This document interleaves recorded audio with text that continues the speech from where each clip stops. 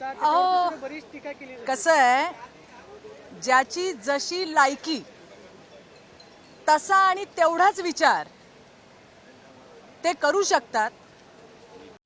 Comscore नुसार आता isakal.com आहे देशातील नंबर 1 ची मराठी न्यूज वेबसाईट. प्रत्येक अपडेटसाठी isakal.com ला नक्की भेट द्या. त्या जे बोलल्या त्याच्यात त्यांची चूक नाही, त्यांची लायकीच ती आहे. 1756 तुमच्यासारखे 56 हे पुरुष नाही, पुरुषांची, यांच्यासारख्या पुरुषांची नीच प्रवृत्ती आहे जी मी रोज पायाला बांधून फिरते. पण मी तुम्हाला जसं म्हटलं की यांची लायकी तीच आहे आणि ज्याची जशी लायकी तो तशी वक्तव्य करतो. आता त्यांनी काल ज्या पद्धतीने माझ्यावरती ट्विट केलं ते नेहमीच करतात.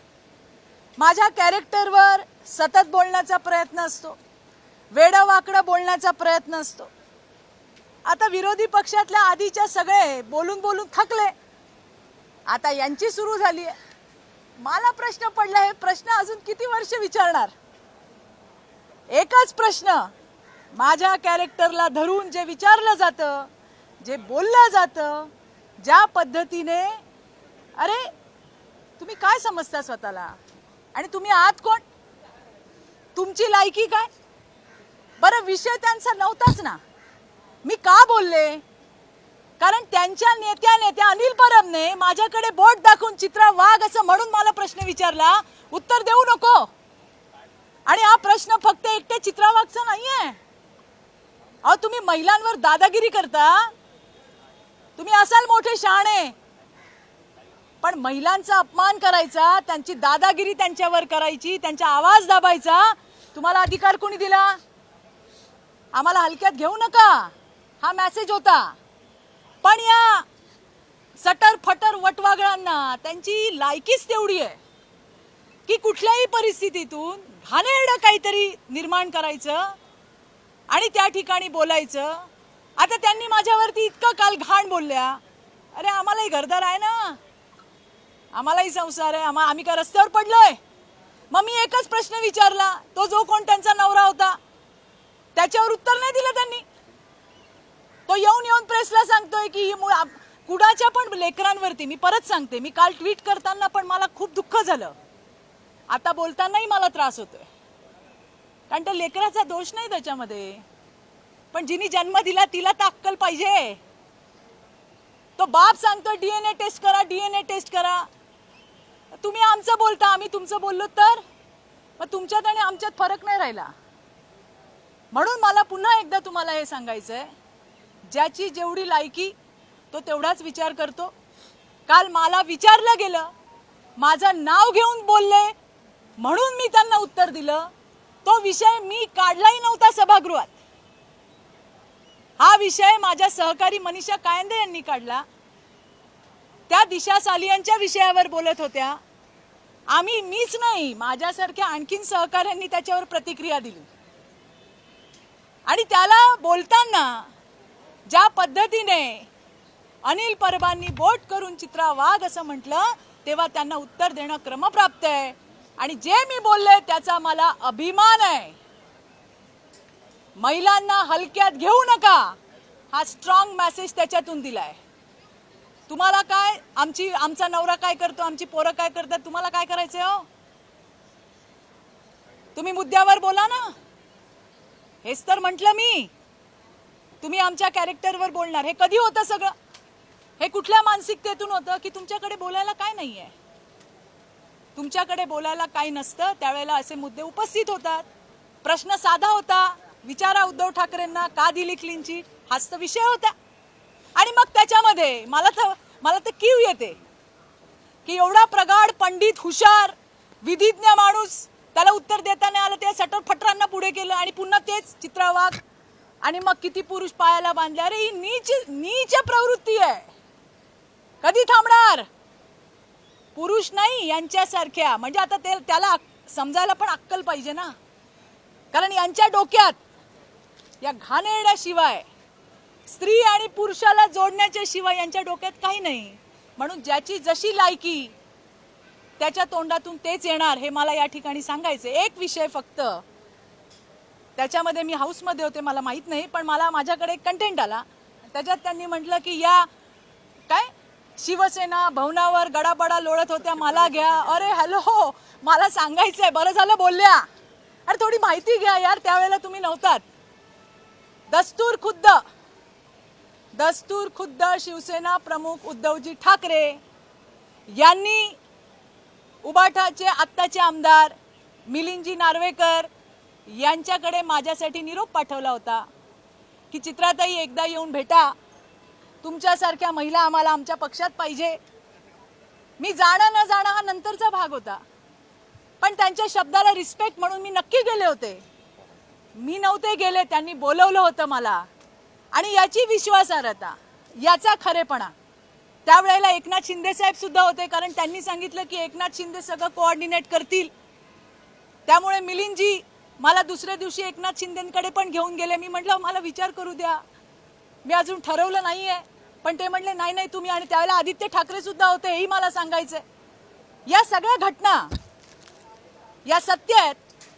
आता एकनाथ शिंदेंवर तुमचा विश्वास नसेल, मिलिंद नार्वेकर तर तुमच्याकडे, त्यांना विचारा. तेच मला घेऊन गेले त्यांच्याकडे. स्वतः उद्धवजी ठाकरे यांनी निरोप पाठवले की चित्राताईंना भेटायला घेऊन ये, आणि त्यांच्या शब्दाचा मान म्हणून मी तिथे गेले होते. एकच चांगली गोष्ट तिथे झाली की माझी खूप वर्षापासून इच्छा होती की मला बाळासाहेब जिथे बसायचे त्या खुर्चीचं दर्शन घ्यायचं होतं. आणि मी उद्धवजींना विनंती पण केली की उद्धवजी जिथं बाळासाहेब बसतात मला तिथं जाता येईल का. त्यांनी आदित्य ठाकरेंना सांगितलं. हे तुम्ही आदित्य ठाकरेंनाही विचारा. ते माझ्यासोबत एक लिफ्ट होती, तिथून मला घेऊन गेले आणि बाजूला जिथं बाळासाहेब बसायचे मी तिथे जाऊन पाया पडले, कारण माझी बऱ्याच वर्षापासूनची इच्छा होती ती पूर्ण झाली. आणि हा सगळा घटनाक्रम बोलण्याआधी उद्धवजींना विचारा, आदित्य ठाकरेंना विचारा, मिलिंद नार्वेकरांना विचारा, आणि जमलं तर तुम्हाला शिंदे साहेब सुद्धा सांगतील, कारण ते सुद्धा त्याचा एक भाग होते. आणि म्हणून उठसूट काहीतरी बेछूट बोलायचं मी माझ्या एकटीसाठी नाही मांडले. हा विषय फक्त सभागृहातला किंवा राजकारणातल्या क्षेत्रातला नाही आहे. आज प्रत्येक ठिकाणी महिला लढते स्वतःच्या अस्तित्वासाठी, आणि प्रत्येक ठिकाणी या अनिल परबांसारखी नीच प्रवृत्ती तिला त्या ठिकाणी ठोकत असते, तिला बोलत असते. अरे आपण उत्तर कधी द्यायचं. आणि मी उत्तर दिलं तर माझ्यावर तुटून पडले. मला फरक नाही पडत आहे, मला कोण काय बोलतंय याचा फरक पडत नाही. मला जे पटलं ते मी बोलले. पुन्हा सांगते, त्यांनी विषय काढला, त्यांनी माझं नाव घेतलं, त्यांनी असं बोट केला, बोला चित्रा वाघ बोलली, आणि त्याच्यात काहीच चूक नाही. तुम्ही जे सभागृहात बोललात त्यावरून सभागृहाची गरिमा कुठेतरी कोणाची. अरे मग गरिमा काय फक्त महिलांनी सांभाळायची. संजय राऊत बोलले. संजय राऊतनी तर बोलूच नाही हो. संजय राऊतांचा मराठी भाषेचा गरिमा, महिला सन्मान काहीतरी संबंध आहे का. काहीतरी संबंध आहे का. आजच त्या स्वप्ना पाटकरचं ट्विट बघा, तिला वाहिलेली शिव्यांची लाखोली दुनियेने वाईकली. त्या नीलमताई इतके वर्ष त्यांच्यासोबत काम करत होत्या, त्यांच्याबद्दल ते काय बोलले. त्यांनी महिलांबद्दल बोलू नये, आणि तो शहाणपणा तर त्यांनी मला शिकवूच नाही. मी तुम्हाला तेच म्हटलं, त्या खडसे असू दे रोहिणी, नाहीतर या सटर फटर वटवागळ असू दे. अरे ज्याची जी लायकी तो तेवढंच बोलणार. बरं मी बिग बॉसच्या स्टुडिओमध्ये, तर खडसेंचे वडील पण तर तिथेच बसतात ना, मग ते काय करतात तिकडे. विरोधाला विरोध, वाईट वाटतं या गोष्टीचं. माझ्या एकटीसाठी नाही लढत आहे मी. आणि बघा, जबाबदारीने सांगते, याच्या आधी पण झालंय. आज जे सुपात आहेत ना ते उद्या जात्यात येणार आहेत. तुम्ही याबद्दल हे लक्षात ठेवा. आजच्या सुपातल्या बायका उद्या जात्यात येणार आहेत, आणि त्यामुळे ही लढाई ही फक्त माझी स्वतःची नाही. अरे या जगातल्या, या राज्यातल्या कुठल्या बाईला तुम्ही हलक्यात घेऊ नका, हेच मला सांगायचंय. आणि गरिमा फक्त बायकांना शिकवणार, पुरुषांना कोण शिकवणार. त्यांनी वाटेल ते बोलावं, मुद्दे संपले, आमच्या घरादारावर बोलावं. आणि ते वशिलाने आले असतील, मी नाही आले. माझा 26 वर्षाचा संघर्ष आहे. आज मला त्या ठिकाणी माझ्या पक्षाने, मुख्यमंत्री देवेंद्रजींनी संधी दिली, त्याचं सोनं करण्यासाठी मी आली आहे. आज सुद्धा विविध विषय जे 26 वर्ष मी रस्त्यावरती लढले ते प्रश्न मला मांडायची संधी सभागृहात मिळते. मी याच्यासाठी नाही आले.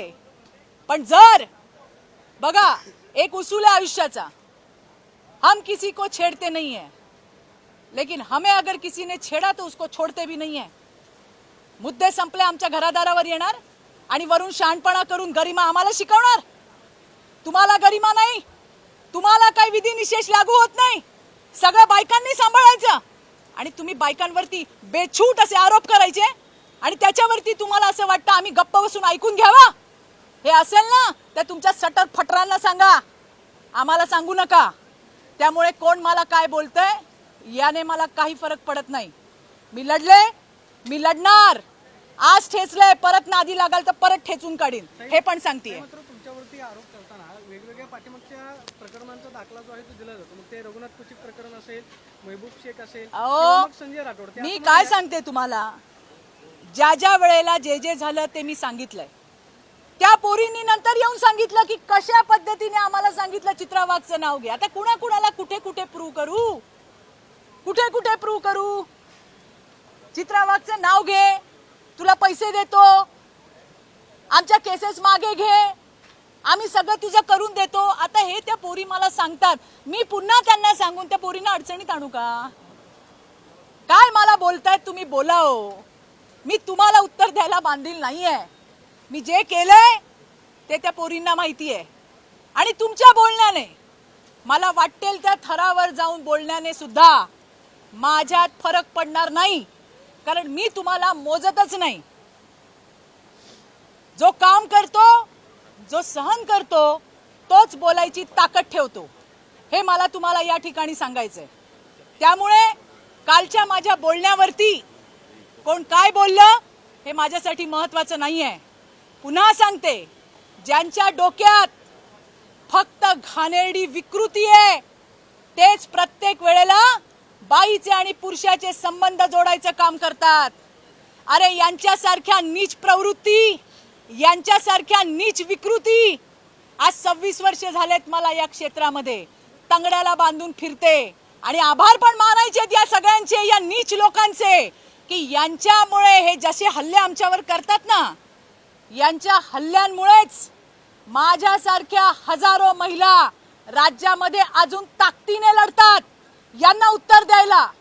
म्हणूनच मी म्हटलं, आज ठेचलंय, परत नादी लागाल ना परत ठेचून काढीन.